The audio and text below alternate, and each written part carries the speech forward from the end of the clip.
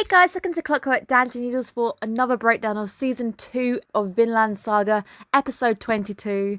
This was one hell of an episode. I've got a lot I want to discuss. I'm also going to nerd out over music again. Sorry, I absolutely love the use of music this week. There are some very clever moments. Can't wait to impart my findings with you guys. Make sure you guys are subscribed. We've now got a week's time. We're going to go through the summer overview. What animes are coming out? What are our new stories to look forward to? Also, what am I planning to break down next season? I've got a couple. I might introduce a new feature, see how I feel on that video, so make sure you're tuned in. 3 weeks time you're getting my end of season review where I crown top 3 anime of the season, what have been my favourite offerings the anime gods have provided, and what is at the top of my list, what have I really enjoyed. I'm also doing my anime awards because they were so fun. We're doing it again. Let's get straight to it. It was a good episode. It's one of those subtle episodes. There's a lot of very subtle moments where the anime proves how good the writing really is. Not an anime that needs to be flashy all the time, and we already know that with Vinland Saga. Vinland Saga is subtle, but it is very beautifully written. Let me just say my bottom line. Thorfinn really should be dead. After those 100 hits to the head, the face, the body, he should be dead in a coma, but it is anime, and I'm going to let it slide because I have to. Happy to see Snake appearing, obviously. We always had to give the honorary Snake has appeared. Becca is fawning over him. Okay, we're done now. Moving on. First little chunk with the beatings in general. It was a rough ride. Thorfinn getting beaten up, bleeding, all those bruises. It really was a very hard watch. Tide starts to shift a little bit where we've got angry Thorfinn. The VA finally kicks up some anger. Really good range. He's a character who can go from super angry, super growls, as we've heard season 1 Thorfinn. If you are curious to who is voicing him, that would be Yuto Uemura.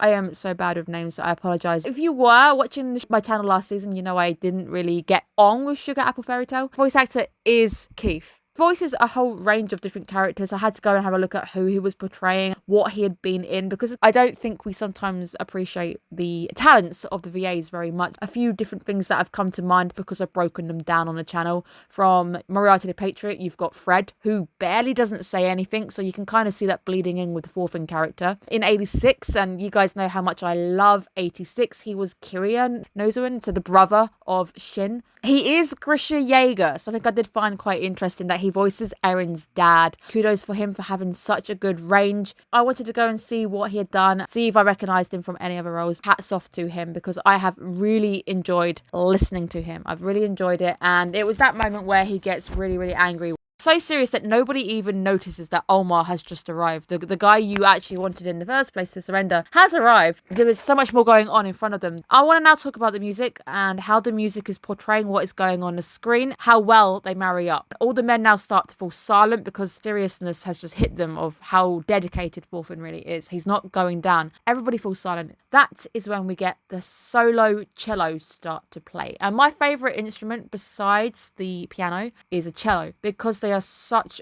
beautiful low-end instruments. They have such a beautiful low range. They sound amazing. Having that lone cello just playing, representing Thorfinn. Thorfinn stands alone in his beliefs of peace, pacifism. It's a very violent period of time. We wouldn't say it was a pleasant time for the little people. After 100 hits, we get a bit of light piano starting to knock in as we get some small admiration and maybe a glimmer of hope as Drott finally recognises him as a warrior. He's not angry or anything, I've lost the bet type thing. He recognises him as a warrior, somebody who is truly worthy. Thorfinn never having to raise a fist. It was a very beautiful moment. I did enjoy this sequence. I thought it was really well. It then bleeds into some beautiful piano. The piano starts to kick in. A bit of light synth, a bit of cello. Beautiful speech from Thorfinn, having no enemies. It's all about rising up. Having no enemies is obviously his dad's words. We've come full circle from season 1 to 4's the man who his death has triggered everything. Thorfinn is motivated to revenge by the killing of his dad. I really do believe that Thorfinn has grown into a man that his father would be proud of. The music is absolutely gorgeous. It's not in your face. The music isn't overpowering. Some animes don't really know how to balance the sounds very well. This one, it's very easy to just be taken by what's going on the screen. The little bridge, tons of a song. This is the bridge where we are walking towards King Canute. We're going to go and finally get our reunion. Don't look. Telling Aina to not look. Because again, you're just going to get angry if you see someone you know. That is a difficult sell. I don't know, I feel like Thorfinn took a bit of a gamble by bringing Einar with him, because Einar is actually the first person who shows anger in the next conversation. He has been shown many times to be quite a short fuse. We do see him almost go and try attack King Canute, and obviously Thorfinn gets in the way. Bit of a gamble for him to bring him alongside with him. Let's go back to the music soundboard again, because we now have silence. In music, if you suddenly go to silence, your ear doesn't know what to cling to. It doesn't know what to do. It's very powerful if used correctly, as the two come face to face after 4 long years. I can't believe it's been 4 years. It feels almost longer, I guess. I know the anime's only had 1 season in between the two meeting, but it really does feel like such a long time has passed. What I did find interesting, as the two come face to face, we only get the sound of the wind and nature. Nothing stands between them anymore. There's no sound in front of each other. There is just emptiness, which I really, really like. We get the answer that Canute was the one who made Thorfinn a slave. Let's start with the beginning of the conversation and how powerful the start really is, because it's all about your first impressions. Thorfinn goes straight to apologising. He wants to set the tone of the conversation. We're not here to fight. Talk to you on even ground. So I now will apologise for hurting your face. I really, really like. Nice way of clearing the air, or at least getting the ball rolling. Canute knows he's talking to the right person, because he doesn't look anything like the season 1 Thorfinn. So I get why he was apprehensive, because he doesn't quite recognise him at the time. He is also very swollen at this point, so I understand why you probably can't see him. Credit to Canute's voice actor for being absolutely chill at this point. That 4 years has probably changed you, so I will accept you are a changed man. I like that. He gets that straight out the way. He talks very calmly.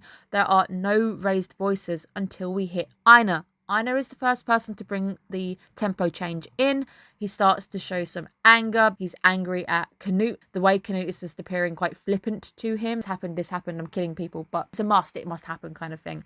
Moment when Einar starts to raise his voice, we get a nice snare drum pattern, a nice bit of a solid beat going in. I really like, because it's the anger, especially with certain drum beats. I associate them with marching armies, those marching band type things. Not so much a big thing in the UK. Recently, I've been doing a lot of sewing. I've been watching a drummer discuss drumming and how important certain bits and pieces are within songs. So I found that quite interesting, because it's now allowed me to start listening to drumming in other places and picking up on that snare drum as Einar starts to talk. I like the fact that Einar also brings the love of farming to the conversation about if you want to farm, you should make it yourself. You should raise it with care. I like that, because that's also the thing that he said to Thorfinn. He said the same thing to Thorfinn and had that beautiful response halfway through, and Thorfinn was obviously taken by the idea of growing things. Not going to get the same effect on Canute, but it was a really nice moment to see that being brought in. I love the fact that Thorfinn remembers Canute's ethos about having that paradise. He could have very easily forgotten it. 4 years is a long time, but he does remember exactly what it was that Canute was striving for. Canute starts to get more serious. It happens at the moment where he starts to show his pride in achievements. This is what I've achieved. This is who I am. Look at me. I'm going to go and try and silence the ocean. No man can silence the ocean. I think that's the point. The only person who can, the only person who is above it all, is God. That's where we get the very ambitious goal of taking on God, opposing God. We can't be happy with the world that God has created, so this is a rebellion against God. King Canute's reign, if you are curious, is 1016 to 1035.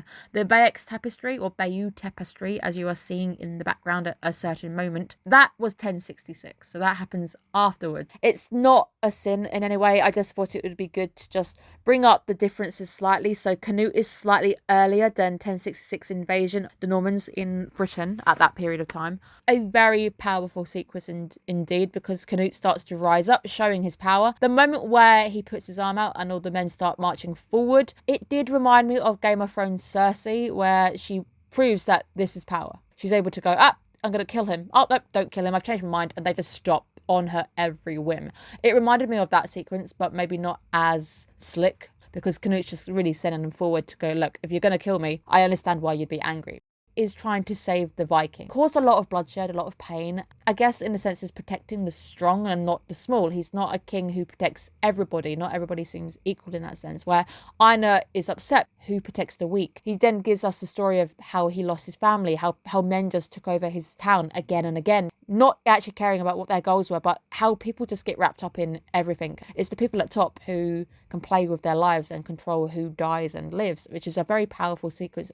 It does seem to suggest, especially when he gets the men to move forward and circle them, that talking really does only go so far, because at this point he's now ready to strike. I like the fact though that this all happens with the setting sun, because it's a draw of a day. When you see the sun set, it's the end of a day, it's the end of a period, it's the end of a sequence. This is the end of a sequence. We did get a nice Dutch angle as well to show you how twisted, how on edge we really should be with this sequence. I do predict that Canute is going to leave the farm. I just don't know how. It's going to be very interesting to see how the next 2 episodes go.